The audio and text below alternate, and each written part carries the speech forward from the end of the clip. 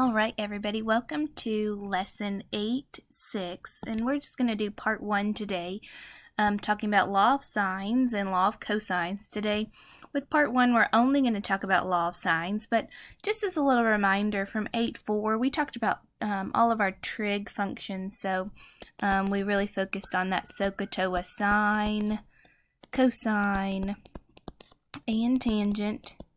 Remember, those can only be used with right triangles. So if you see that right angle, you can find a missing side or missing angle by using that SOHCAHTOA. Today we're going to look at another part of trig with law of sine, law of cosine, and this is for non-right triangles. So it's kind of cool. You can use the law of sines and law of cosines with triangles that maybe aren't, that don't have that right angle. So that's what we're going to focus on today. So let's get into our lesson real quick. We'll look at our law of sines.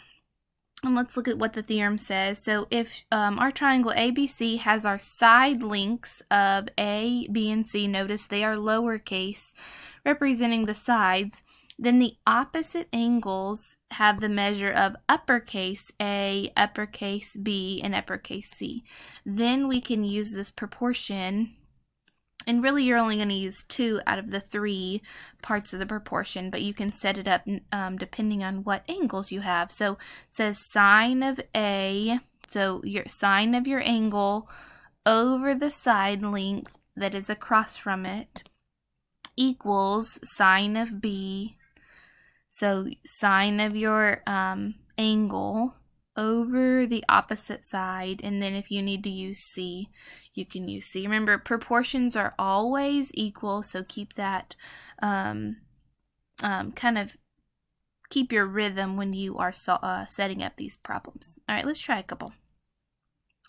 So this first one, before I get started, make sure you have your calculator out. And I will also remind you to make sure that your mode is in degrees. So all of my answers will be in degrees when I give those to you. So keep that out and keep that handy, because one of the big things with this section, and especially law of cosines, is how are we putting it in our calculator is really, really important. All right, so we're going to find side P, round to the nearest 10. So we're going to use law of sine a lot of times when we're given 2 angles and 1 side. So remember, sine of your angle over the opposite side. So I would say sine of P, sine of 17 over P. I'm going to put those parentheses around that, equals sine of my other angle over 8, so sine of 29 over 8. All right, so that's part number 1. Part number 2 is we're going to cross multiply, so don't try to rush this. Don't try to go too fast. So P times the sine of 29 degrees equals 8 times the sine of 17. Now, I like to put my variable or my number in front of my sine. Now remember, sine of a number, or cosine of a number, or tangent of a number, or degree is a number. It's not kind of like another variable. So we're going to try to get P by itself. So I'm going to divide, just like normal, divide by the sine of 29. If I divide by that, that's going to cancel out, leaving P by itself. So divide by the sine of 29. What you do to one side, you're going to do to the other. So I get that P equals 8 times the sine of 17 degrees over the sine of 29. All right, so let's get out that calculator real quick. Excuse me.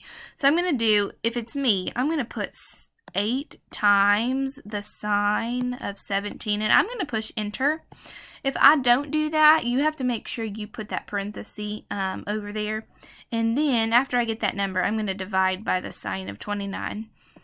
And I like to do it in 2 separate steps just to make sure I'm getting everything kind of in order, so I do my order of operations correct. So my P is going to be 4.8. So my side length right here is 4.8 units. All right, go ahead and stop this video and try one on your own. All right, here is your answer. All right, let's try another one. And I didn't give this to you, but AB is going to be 6. So I know that I need my angle and I need the side that's across from that given angle. So I do have 50 is across from X. I'm going to set it up sine of 50 over X equals, oh well, I don't have this side that's across from 57, so I do need that angle.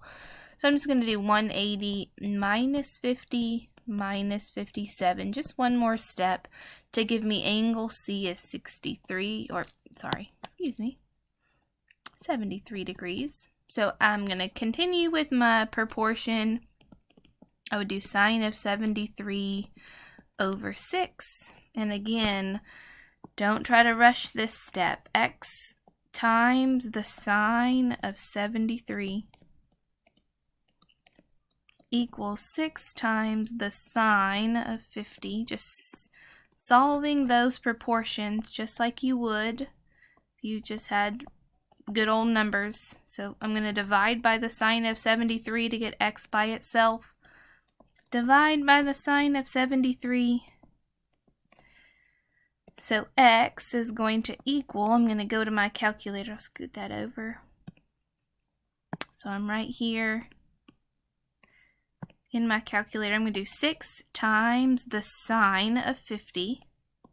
I'm going to push enter. Remember, I like to do mine in 2 steps. Divided by the sine of 73. And I'm going to get 4.8 about for that one too. Alright, go ahead and check your progress. We're going to do one more quick one right after that, a little bit different. Here is your number, or your answer, for 2. Alright, so what happens if I need to use a law of sine to find a missing angle? So again, we're going to set up the same way, angle over my side length, angle over my side length. So I'm going to try to find the measure of angle C. So sine of 39 over 28 equals the sine of my angle C over 41. And if you wanted to do this, you could call this X.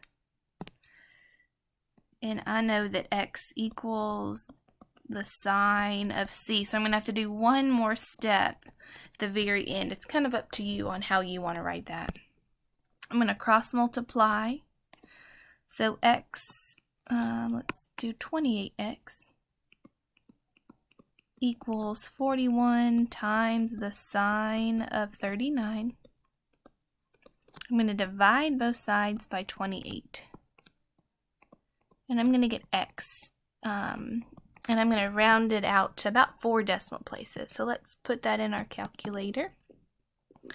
41 times the sine of 39. I'm going to divide that by 28. And yes, it is okay to get that decimal. So I'm going to go 4 decimal places. I'm going to go 0.9215. Oops, excuse me. Check that one time. 0.1. Okay. So I know that if I'm trying to find an angle, I have to do the inverse sine, or inverse cosine, or inverse tangent. So taking this number, I'm going to slide it right up here. I'm going to do the inverse sine to find angle C of 0.9215. Because I'm going to try to get the measure of angle C. Remember, we talked about, we're trying to find the measure of an angle. We always use that inverse cosine, or that inverse sine or inverse tangent. So I'm going to do second sine, which gives me that inverse. I'm just going to put in 0.9215. And if you want to keep going, you can keep going. 0.4858. The 8, 5, 8. The more numbers you have in there, the more accurate it will be. So after doing that, I find that the measure of angle C is about 67.1 degrees.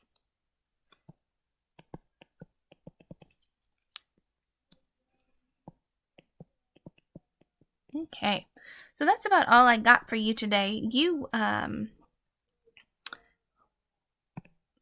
bring that back up. If you have any other questions, there's lots of great resources online, and we will see you back here next time for part 2, Law of Sine.